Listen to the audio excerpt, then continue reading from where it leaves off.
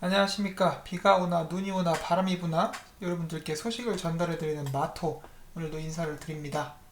자, 그러면 오늘 준비한 소식들로 바로 넘어가 보도록 하겠습니다. 지금 현재 리플 XRP 커뮤니티에 굉장히 많은 또 그 논쟁이 오고 가고 있습니다. 이것이 무엇에 관한 논쟁이냐? 바로 가격에 관한 논쟁입니다. 이렇게 많은 호재 속에서도 왜 가격이 오르지 않느냐? 이제 한국에서도 이제 많은 말이 있는 그런 주제라고 볼 수가 있겠죠. 자, 그런데 여기에서 한 가지 이제 그 음모론이라고 할까요? 그게 제기가 됩니다. XRP 레저 같은 경우는 퍼블릭 레저죠.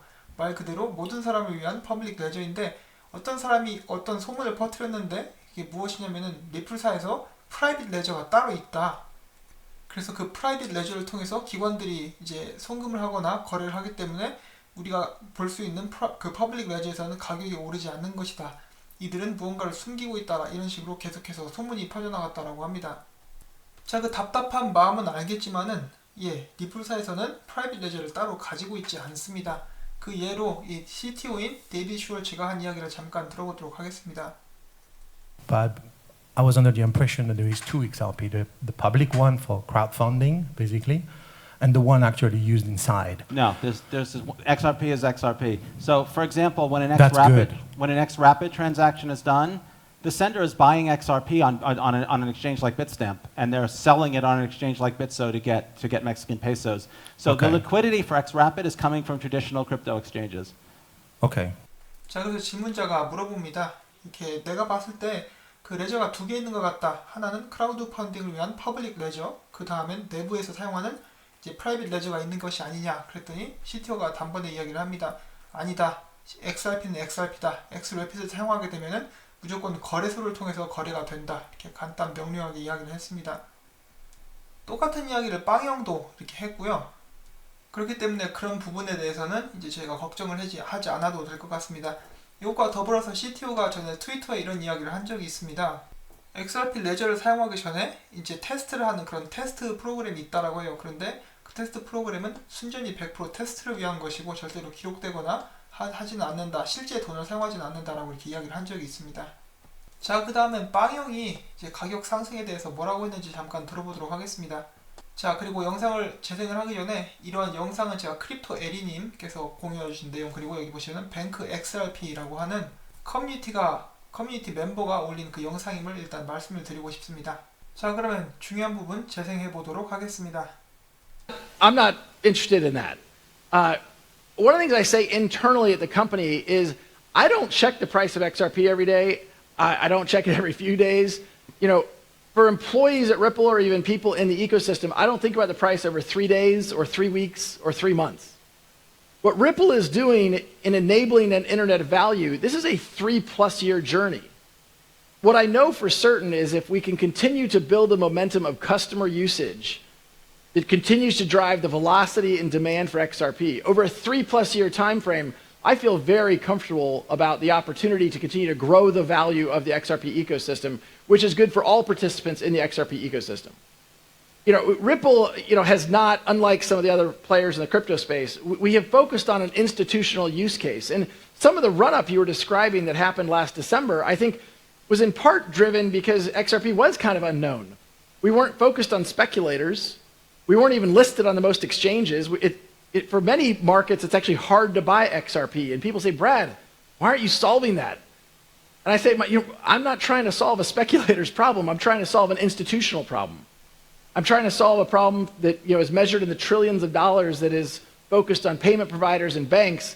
And while the gentleman on the street I might bump into, if he or she is interested in the long-term value creation, then I view them as part of the journey, and I want to give a big hug. Or at least take a selfie with them. Okay.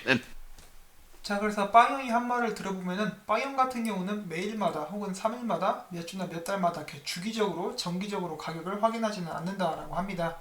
리플사의 미션은 인터넷의 가치를 이 지불 및 송금 시스템에 가져오는 것이고, 이런 사업은 3년 혹은 그 이상이 걸리는 이제 큰 사업이라고 이야기를 했습니다. 그리고 빵형이 이야기하기를 한 가지 확실하게 그가 이야기할 수 있는 것은 리플사가 계속해서 XRP 사용처들을 늘려갈수록 가격 변동성과 수요가 늘어나게 될 것이라고 이야기를 했고요. 지금으로부터 3년 정도 그 후에는 가격이 올라갈 것이라고 확실하게 말씀을 드릴 수 있고, 가격 상승은 XRP 생태계를 구성하는 모든 사람에게 유익이 될 것입니다 라고 이야기를 했습니다. 그리고 또한 작년 불장 같은 경우는 오히려 XRP에 대해서 모르는 사람들이 많았기 때문에 투기자들에 의해서 올라간 상승일 수도 있다라고 이렇게 이야기를 했고요. 이제 그 작년 불장 때 많은 사람들이 그렇게 이야기를 했다라고 합니다. 그때 당시 XRP를 살 수 있는 거래소들이 많지 않았기 때문에 사람들이 빵형씨 이거 좀 문제 아닙니까? 이런 문제를 먼저 해결해야 되지 않겠어요? 라고 물어봤을 때 빵형은 이렇게 대답을 했습니다. 우리는 기관들이 암호화폐를 사용하는데 이제 그런 문제들, 기존에 있었던 송금 시스템 문제를 해결하기 위해 집중을 하고 있지, 투기자들을 위한 문제는 일단 우리의 첫 번째 관심사가 아니다, 이런 식으로 이야기를 했고요. 그렇지만 이제 모든 투자자들을 비하한 것이 절대로 아니라는 것을 이제 말씀을 드리고 싶고, 그런 식으로 이야기를 하지 않았어요. 이 사람, 그 빵형이 이렇게 이야기를 했습니다. XRP를 투자하는 사람들 중에 이제 리플사와 같이 장기적인 목표를 가지고 오랫동안 함께 갈 사람들을 만나게 된다면은 정말로 반갑게 맞아주고 싶고 함께 이렇게 셀카도 찍고 싶다, 이런 식으로 이야기를 했습니다. 제가 제 영상에서 종종 이렇게 저는 3년에서 5년을 보고 있는 장기 투자자입니다 이렇게 말씀을 드리는데, 그 이유는 바로 빵형이 그렇게 장담을 했기 때문이죠. 그리고 이 영상이 작년 때 그런 말을 했기 때문에 이제 앞으로 2년 정도 보면 된다라고 할 수가 있겠는데, 자, 여기서 저희가 주목해야 될 부분이 이게 세 가지 정도가 있습니다. 첫 번째는 빵형은 사용처가 늘어나면서 이렇게 자연스럽게 가격 상승이 올 것이다 라고 이야기를 했었죠. 저희 모두가 알고 있는 부분이기도 한데, 이 사용처 같은 경우는 빵형 생각보다 훨씬 더 빨리 늘어날 수가 있습니다. 자, 예를 들어서 R3를 그런 경우라고 볼 수가 있겠죠. R3에 가입되어 있는 모든 고객들이 XRP를 사용할 수 있게 되는 그런 시스템이 이제 구축이 되었습니다. 자, 그리고 유로 엑심뱅크나 샌프렌드 같은 경우도 그런 부분이라고 볼 수가 있겠는데, 자, 이 영상이 올라오는 것이 2018년 3월 12일이었습니다. R3 같은 경우는 12월 달에 그런 발표가 났었고, 그 전까지는 소송을 벌이고 있었죠. 근데 난데없이 이제 협력을 하는 그런 관계가 되었고, 샌프렌드나 유로 엑심뱅크이 아니고 뱅크 같은 경우도 빵형이 이런 인터뷰를 한 후에 이제 리플렛에 가입된 것으로 제가 알고 있습니다. 그래서 모든 사업체들이 언제 어느 순간에 뛰어들지는 아무도 모르는 것이기 때문에 빵형의 예상보다 그 시기가 앞당겨질 수가 있다는 거. 자, 그 다음에 두 번째는 빵형이 생각하는 상승의 기준. 빵형은 3년 후에 이제 안정적으로 가격이 상승할 것이다 라고 했는데, 자, 여기서 계속해서 사용처가 늘어나면서 3년 후에 3, 2, 1 땡 하고 가격이 한 번에 치솟는 것이 아니라 사용처가 늘어날수록 천천히 상승을 하게 되겠죠. 물론 저도 한 번에 치솟았으면 좋겠는데, 가능성적인 면을 봤을 때 천천히 올라가는 것이 더 가능성이 많습니다. 자, 아무튼 여기서 빵형이 말한 그 상승, 그 기준은 얼마인가, 몇 불인가, 저희가 흔히 이야기하는 전고점인지, 아니면은 이제 저희가 최종 그 사업이 100% 확실시 되었을 때 CTO가 말한 120불이 될 것인지.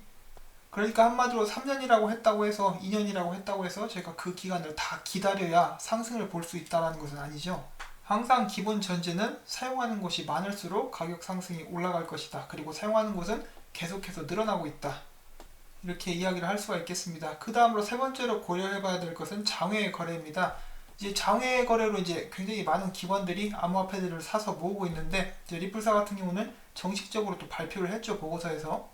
자, 아무튼 문제는 이런 기관들이 사가는 것은 좋은데, 그것은 바로 기관들이 리플사의 전망을 좋게 보고 있다는 것을 대변하는 것이기 때문이겠죠. 그리고 리플사 또한 장외 거래로 판다고 해서 XRP 가격을 시장가보다 더 싸게 덤핑으로 넘긴다던가, 혹은 실제로 사용하지 않고 숏을 치기 위해서 그 구매하는 사람들에게는 팔고 있지 않다라고 이렇게 이야기를 한 적도 있습니다. 자, 아무튼 장외 거래가 많은 것은 좋기는 한데 바로 시세에 적용은 안 된다라는 거, 이제 좀 안타까운 점이라고 볼 수가 있겠죠. 자, 이러한 부분들을 고려를 해봤을 때 내일 당장 이제 급상승 하지는 못한다 할지라도 리플사의 사업이 계속해서 번창해 나갈수록 가격 상승은 확실한 것이다라는 확신을 저희가 가질 수가 있을 것 같습니다. 그래서 제가 항상 영상에서 리플사의 사업이 확장되고 있습니다, 잘 되고 있습니다를 강조하는 이유가 바로 여기에 있습니다. 자, 이 영상이 여러분들께서 기대하시는 그런 답을 드렸는지 안 드렸는지는 모르겠지만은, 제가 아는 한 이것이 사실입니다. 가격 때문에 스트레스 받으시는 분들도 많고, 그런 사람들은 한국에만 있는 게 아니라 전 세계적으로 있겠죠. 그래서 빵형도 은근히 압박 되게 많이 받았을 거예요. 소송도 걸리고, 이제 빵형에게 개인적으로 욕하는 사람들도 있었겠죠. 이메일을 보내든 트위터에서 뭐라고 하든 그런 사람들도 분명히 있었을 것입니다. 근데 겉으로는 티 잘 안 내죠.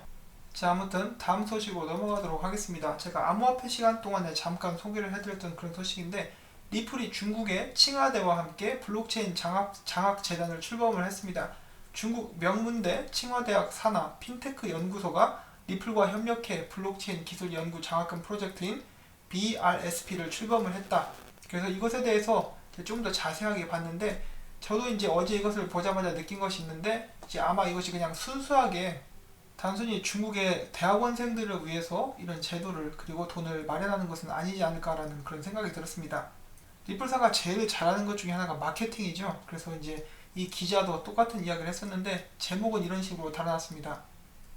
리플사는 중국 시장을 노려보기 위한 그런 노력을 하고 있다. 과연 중국은 XRP를 받아들일 것인가? 이런 식으로 나와 있는데, 기사 내용 자체는 이제 별거 없어요. 앞에서 코인리스에서 말한 것이 이제 전부라고 볼 수가 있겠는데, 이제 한 가지 추가를 할 수 있다라면은 리플사가 이렇게 이야기를 했습니다. 이 프로그램의 목표는 학생들이 블록체인 기술에 대해서 더 공부할 수 있게 되는 기회를 제공하는 것이고, 리플사는 대학들의 블록체인 연구에 협력하고 싶다. 우리는 칭화대와 함께 일을 할 수 있게 되어서 기쁘다라고 이렇게 이야기를 했는데, 이 기사를 본 트위터 사용자 중에 한 명이 이렇게 이야기를 했습니다. 중국 같은 경우는 그들이 훔칠 수 없는 기술과 회사는 중국 내에 받아들이지 않을 것이다. 그리고 기자 역시 이런 움직임에 대해서 리플사가 이렇게 아무리 노력을 한다 한들 중국에서 XRP 도입에 힘을 받지는 못할 것이다 라고 이야기를 했는데, 저는 조금 다른 의견을 가지고 있습니다. 이 기자나 그런 다른 사람들보다 리플사에서 프로젝트를 진행하는 사람들은 경력이라든지 안목이라든지 이런 면에서 훨씬 더 뛰어나기 때문에 여기에 분명히 어떤 노림수가 있지 않을까라고 이렇게 한번 생각을 해봅니다. 특히나 이제 무역 전쟁 계속 가속화되면서 중국이 시장을 개방하게 되면은 이제 그때를 노려서 미리 준비를 하고 있는 것일 수도 있고요. 이렇게 중국 내 대학이나 중국에 투자를 하고 돈을 이제 좀 들이는 것이 장기적으로 봤을 때 이제 중국 시장에 들어가는데 큰 도움이 되지 않을까 싶습니다. 지금 현재 중국 내에는 이미 리플사의 파트너들이 있기 때문에 그러한 부분에서도 더 힘을 받을 수가 있겠죠. 자, 그 다음에 보여드릴 소식은 XRP 팁밭에 이번에 그 보안 업데이트가 되었다고 합니다. 이제 최근에 XRP 팁밭을 만든 사람이죠. 이름이 특이해요. 윗세 윈드라는 사람인데, 이 사람이 트위터 보시면 핸들이라는 게 있습니다. 예를 들어서 @뭐뭐뭐라고 하고 있는 게 그 핸들인데, 그 각 핸들마다 특정 그 URL 주소가 있다라고 해요. 그래서 그 주소를 바꿀 때, 그 핸들을 바꿀 때 기존에 가지고 있던 XRP들이 이렇게 같이 이체돼서 따라간다라는 그런 시스템 업데이트를 했습니다. 그리고 또한 이제 불량한 사용자들이 그것을 훔칠 수 없도록 하는 그런 보안 업데이트가 진행이 되었다고 합니다. 자, 그 다음에는 곰탱이에 관한 소식을 짧게 전해드리겠는데, 곰탱이 사진이 완전히 블러로 가려져 버렸습니다. 정말로 모든 사람들 속에서, 기억 속에서 사라지고 싶은 것인지, 나는 할 일을 다 했기 때문에 이제 빠이빠이 시간인지 아쉽습니다. 가지 마라 곰탱아, 이렇게 외쳐봅니다. 자, 그리고 곰탱이 타투를 한 사람이 드디어 나타났습니다. 참 대단하죠. 이 정도의, 이걸 뭐라고 불러야 될까요? 팬심이라고 해야 될까요? 아무튼 이 정도 열정을 가지고 있는 사람이 있다는 것이 정말 놀랍습니다. 부디 이 타투가 의미를 갖기 위해서 XRP의 가격이 크게 상승이 되었으면 하는 그런 바람을 가져봅니다. 자, 그 다음에는 XRP에 직접적인 연관은 없지만 이제 암호화폐 전반에 관련된 소식들을 잠깐 전달을 해드리도록 하겠습니다. 자, 크립토스라는 미드가 나온다라고 하네요. 당연히 암호화폐에 관련된 내용입니다. 기대가 됩니다.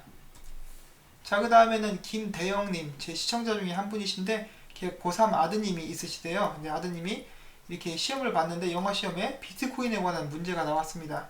비트코인에 대한 직접적인 문제는 아니고 독해의 문제이긴 하지만은 꽤 신기하죠. 대한민국 고등학생들도 비트코인에 대해서 이렇게 직접적으로, 아니 간접적으로 이렇게 배우고 있습니다.